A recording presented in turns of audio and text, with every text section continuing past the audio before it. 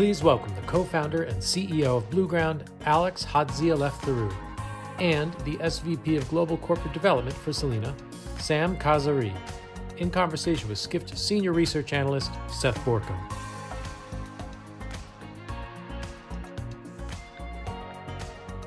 Hello, guys. Hello.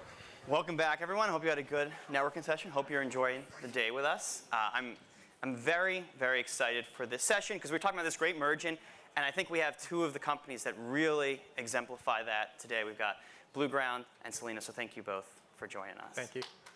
Great to be here. Yeah. Sam, I'm going to just jump into you. Selina, I've been following a lot, but I don't know if everyone here in the room has. It's one of your website, live, work, explore, all this stuff, everything at once. What is a Selina? Tell us about it. So look, a Selina is essentially an extension of the local community. So what we're creating is an experience, right? Where you want to live like a local, you want to travel like a local. That's the new world we live in. So that's what we're doing. We're working with the community to kind of build an extension where people that don't live in that community can come and experience that community. And so you have like co-working spaces, right? You have rooms, you have shared rooms. So we're a hybrid. So we densify spaces. So we've got shared rooms. We want to almost democratize pricing so that if you can only afford to pay, $20 a night, or if you can afford to pay $100 a night or $300 a night, there's 6 room products.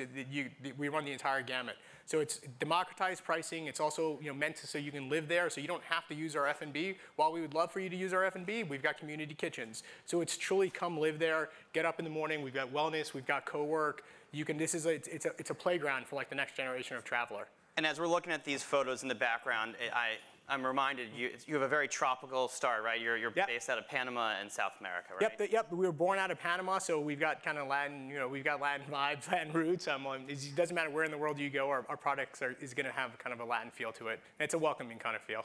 All right, excellent. And Alex, you have Blueground. It's a furnished, flexible apartment. What does that mean? Furnished, flexible apartment. Sure. So at Blueground, really, what we do is we operate a network of move-in ready and beautifully designed apartments for stays of a month or longer. So why did I start this business? Because my first job out of university, I was a consultant, traveled around the world, lived in many different places, but I found out firsthand how difficult it is to rent an apartment for just a few months. So I had the idea of enabling people to do that if they want to. So travel, rent an apartment very easily for a month or two in one place or go to another place. That's kind of what we're building. And we're building it since 2013. It's a super exciting thing to be able to bring that to people. You broaden your perspective, you get the chance to live in many places. Right now, we operate 7,000 apartments. We plan to go to 40,000 by 2025. And we're really excited to be here. This is the great merging. We always thought we're one leg on real estate, one leg on hospitality. So we feel really at home here. Yeah.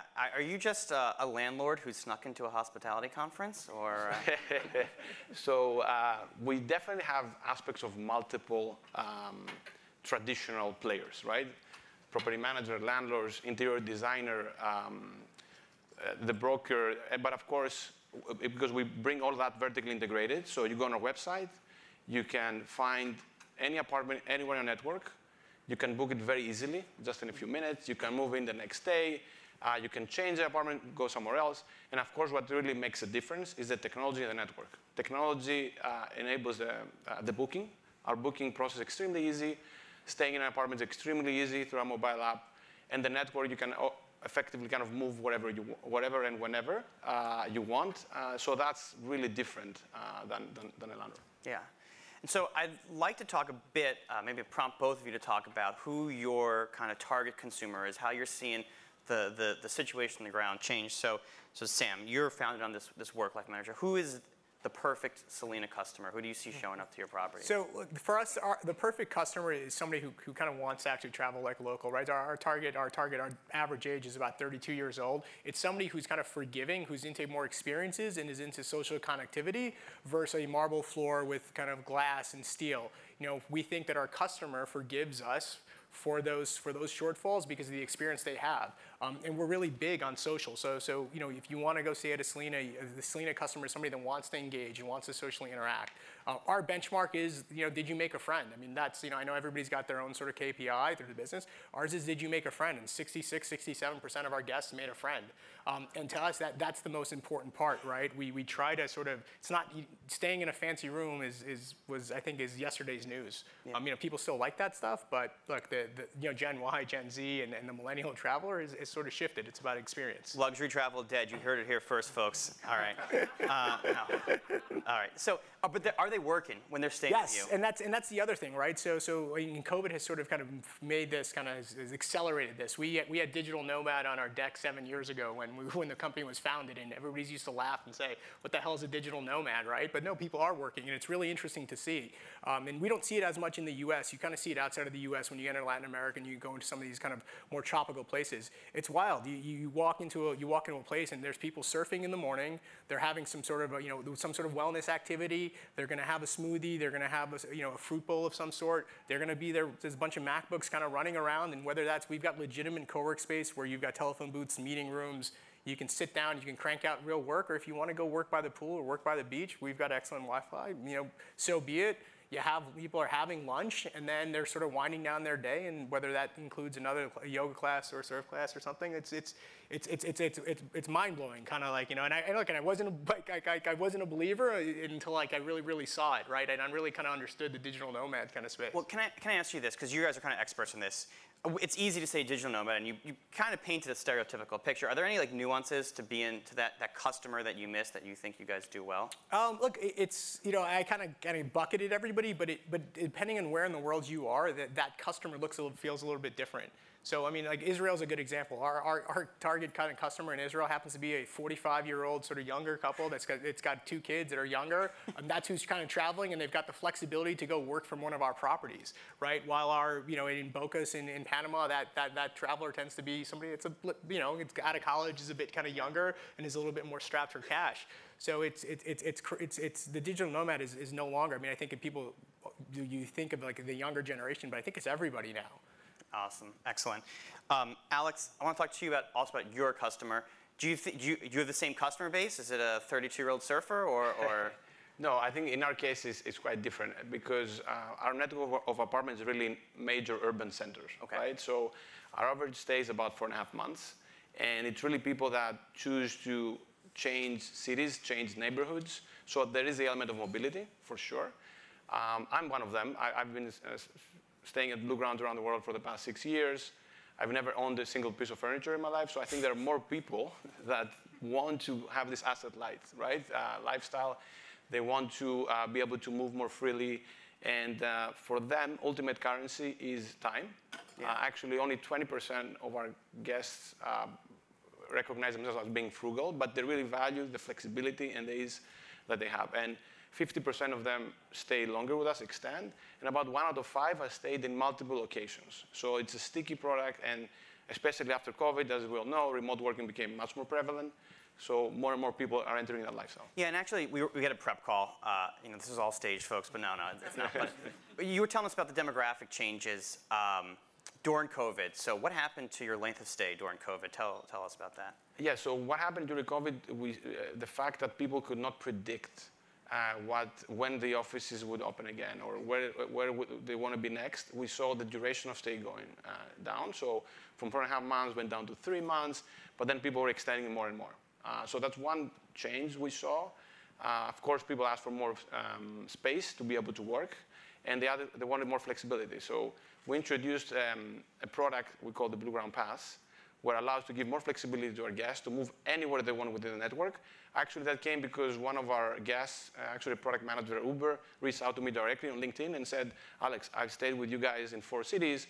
You don't treat me anything differently. So we introduced that product, which is doing really well, and that really allows people to kind of have that flexibility and live in different places. Well, Alex, let's put a pin on that, because I definitely want to come back and talk about subscriptions. I want to talk about how you guys have grown during the pandemic, because you both have. Sam, I think Selina opened something like, did I read it right, like 100 new properties during the pandemic? So we've got 100 open locations now, 50 coming online this year, and I think 80 of them were sort of kind of pandemic babies. So that's like 25,000 beds down. So the question is basically just how'd you do that?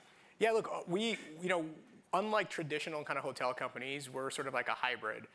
We're identifying sort of what we think is underutilized product. There's tons of it in the world, right? In every corner of the world. So we're taking that product, we're programming it, we're doing kind of cosmetic touches, we're not doing structural stuff. And we're kind of, I like to call it Instagramifying it, and sort of kind of by doing that and by creating this, by programming where you've got wellness, you've got F&B, where you've got kind of travel, you can book all your excursions, and creating that kind of community, doing that with the community. So the community is helping design that product. It's helped us kind of scale real quickly, and we're a lease model, so we're not worried about kind of going vertical. Yeah. So I guess that's my other question is who's paying for all these properties? Where's the cash coming from? Yeah. So look, it's there's an infinite supply of sort of single proprietors or mom and pop operators in every corner of the world that manage their hotel. It's been in their family forever. And it's a simple pitch. We do it all in-house. We find them, we identify them, we go to them. And we say, hey, look, if you're making $100,000 a year, we'll pay you $125,000 a year. We'll sign a 20-year lease with you. Your property's going to appreciate. We're going to put money into your property with our partners. You're going to have steady cash flow that's going to let you recap your asset and go home and collect a check. And in 20 years, you're going to have something that's worth multiples of what it was worth today. And hopefully, we can continue to kind of engage and lease this product. So there's almost never ending supply of it. Yeah. I'm going to ask you a similar question, Alex, about how you've grown your business, and you have a lot of properties now too. Just a quick reminder to the audience that we will be taking questions during this session, so I think these are interesting folks. If you think there's anything I'm missing, let me know, and I'll ask them. So, Alex, tell me about how you've been expanding. You're also leasing up a lot of apartments, right? Yes. So, in terms of growth, we've grown about 50% in 2021 and expect to grow more than 100% in 2022. What is driving that growth is really what we find, the lack of furnished supply. So there's not a lot of monthly furnished rentals out there because landlords not necessarily want to buy furniture, put it in their apartments. Maybe one tenant wants that, the next doesn't want it. They have to offer it on a monthly basis, a different type of business. So that demand that we see, the moment we put a furnished supply out there, we just get it rented. So we see that as we grow, the demand grows. So the demand follows. So we've been growing, as you mentioned, mostly with leases. I know the master lease sometimes has a negative connotation because there have been companies that haven't been able to manage that well. I think there are two risks there. One is we do a 1-year leases and we renew. We renew about 95% of our leases. If you take longer term lease, there's always a risk that things change, or maybe you didn't do a good calculation at the beginning when you were calculating the profitability of that location. But the 1 year is really protected for us. Also the fact that we start small in each location. We start with a few units. We do a rigorous analysis before we lease the units, but then after, we always continuously assess and then optimize and scale where it makes sense for us. Do you ever have landlords not renew your lease? Or not renew our lease? If you sign a 1-year lease instead of a master lease, you're at risk of getting kicked out? So we're not getting kicked out because the value prop is very strong for the landlord, right? So I think Europe and US is a bit different. I'll try to be fast. In Europe, landlords rent with us. They don't pay broker fees. They don't pay property management fees. Have 100% occupancy. We deal with the guests. Zero hassle for them. We get much more requests from landlords on what we can actually we eventually lease. In the US, multifamily buildings and developments, they have a lot of units. They want to have a little bit of a percentage, 5 to 10% of the building, where they have this monthly furnished option, because that demand is continuously growing, and it's a different business. So that's why we don't get kicked out. Actually, we're 95%. I said it's 5%. The majority of that is us deciding that we want to move somewhere else. It's very cheap for us to move somewhere else. It only costs us $500 to $1,000 to take our furniture from one location and move to the other location. So lease it could be a bad thing, but in our case, we manage it in a way that's really no risk. Okay. So let's talk a bit about how you get your customers. Let's talk a bit about one of my favorite topics, subscriptions. Selina has a multiple subscription offerings, actually. So you've got the Selina Pass. I think we have a slide, and we can go one slide forward. It's the next one, I think. What was the has this Nomad passport been successful for you? How's it working out? Yeah, so during COVID, what we realized is that people want to, we'd always thought about creating this kind of membership club or this kind of program where you could flow through Selina. So guests usually spend kind of 3 to 3.5 days. It's a single location, but the idea is to build a network within a country so that you can hop around throughout the country. With Passport, what we've been able to do for our guests is almost create this thing we call it like living at Selina. It's kind of called a co-live product is kind of how it's been kind of rebranded in today's world. So we're offering you, 2 options. One, that you can just go straight live at a Selina for 30 days. Everything's included, your co-work's included, your wellness is included. You just have a great time. You've got a full service kitchen that you can leverage, cook the food you want, go integrate. And we try to map people through the program with each other. So if you want to go to Panama, we set it up for you. We're like, look, there's 25 other people that are co-living at this property. Go there. That's fantastic. Go have that experience. You guys can go go exploring together, make friends, right? That's easy to do. And then we realized that some people that want to kind of bounce around through properties want a lot more flexibility. So there's another option that they can just freely float. You open up the app, you book 3 days here, you want to go to the next city, 3 days in there, 2 days here, and you can kind of float freely through the system. So we've got about 1,500 people today, roughly living in the system. And I think that that number's a little stale, and that number today is there's been about 5,000 people that have kind of gone through the program. So people are picking it up. They're like, why live in San Francisco? If I can just stay within the same time zone, I'm just going to go live somewhere else. Are those customers more profitable? Those customers are helping fill an occupancy gap. They're not necessarily always more profitable, right? Because that customer, the chances that customer over the course of 30 days, eats at your F&B, leverages your F&B product, they're not going to. But what they do is create a better experience because they've now integrated with the local community, and 50% of our revenue comes from the local community. So they've made friends. Now you've got guests that are coming for a short-term stay. They're all going to meet at the bar. They're going to hang out. So what they do is they add that other element. They're like that hybrid local, right? They've got the experience already. They've gone exploring. So now you've got the local. You've got that hybrid local that builds a safer bridge because people are always sort of wary for that hotel guest. You're kind of deputizing them to go out into the world. They become good brand ambassadors, and they're staying for about 55 days. So 55 days. 55 days. So that's a lot of Alex, tell us about the Pass program. So you've also got subscriptions. We got 2 real-life subscription travel companies here. How's your Blueground Pass working out for you? Yes, so the Pass we introduced during the pandemic.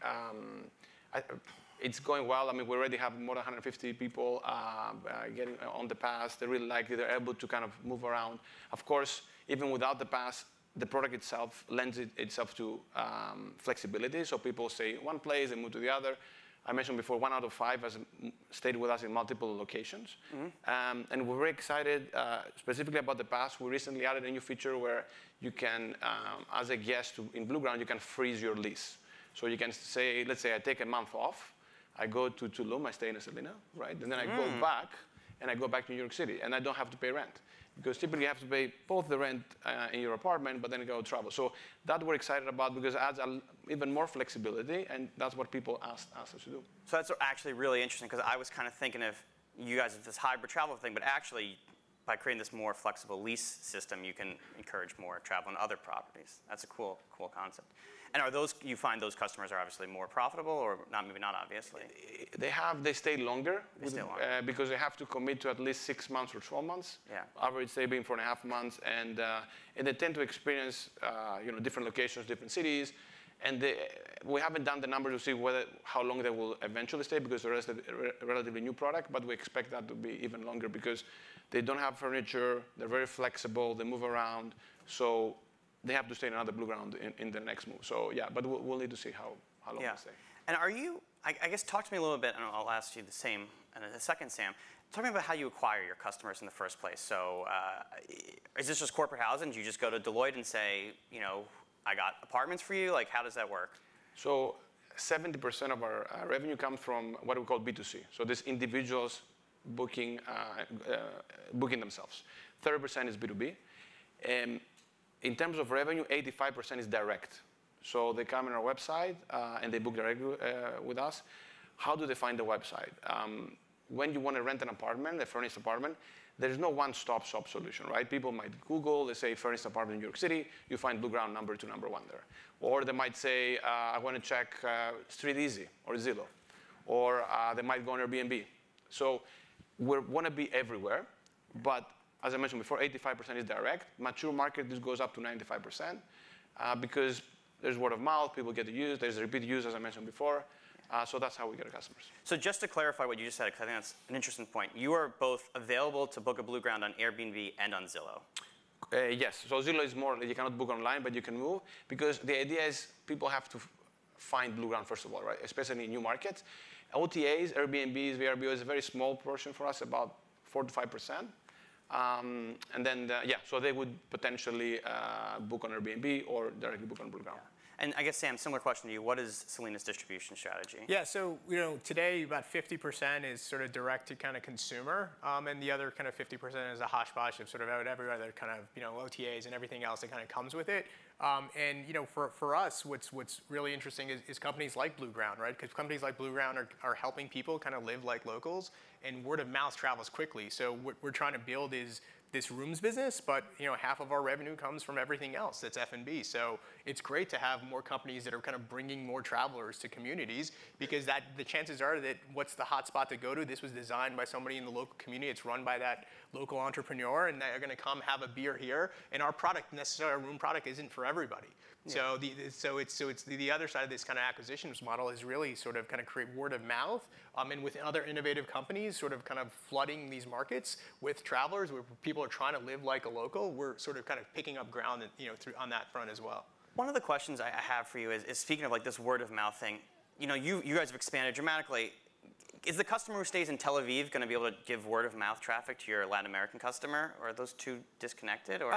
Yeah, so they're sort of kind of connected now. What's interesting is that, and I learned this kind of now working kind of for Selina, that the Israeli customer actually is a global traveler. Right? It is amazing how many customers are kind of floating around within Central and kind of South America. Now, 2/3 of our portfolio is in Central and South America, right? And so that's our biggest kind of customer base. But they are kind of cross-pollinating. They are sort of kind of moving around. There is this huge, we've almost figured out these kind of travel routes. Like Panama is a good example. Like a lot of people from Israel spend a lot of time in Panama, on the west coast of Panama. No idea why. It's been like that for the last 35 years, 40 years. It is what it is, right? So there's this kind of weird, there's these interesting sort of kind of travel dynamics. It's like kind of hidden travel network that you're trying to exploit. That's interesting. Let's talk, one of our final topics, let's talk about tech. It's going to be a question just for both of you. How do you use tech in your offering, and what do you build yourself versus what do you buy? So Alex, I'll throw it to you first. Yeah, we've allocated quite a bit of resources in the technology. The business could not be operational and profitable without it. We have now about 60 people that are developing technology and working on data has enabled to build what we have built today, and we'll be doubling that allocation in the future.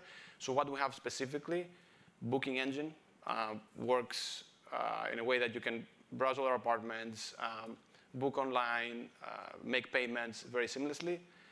Mobile application, you get access to a mobile app, shows you how to check in.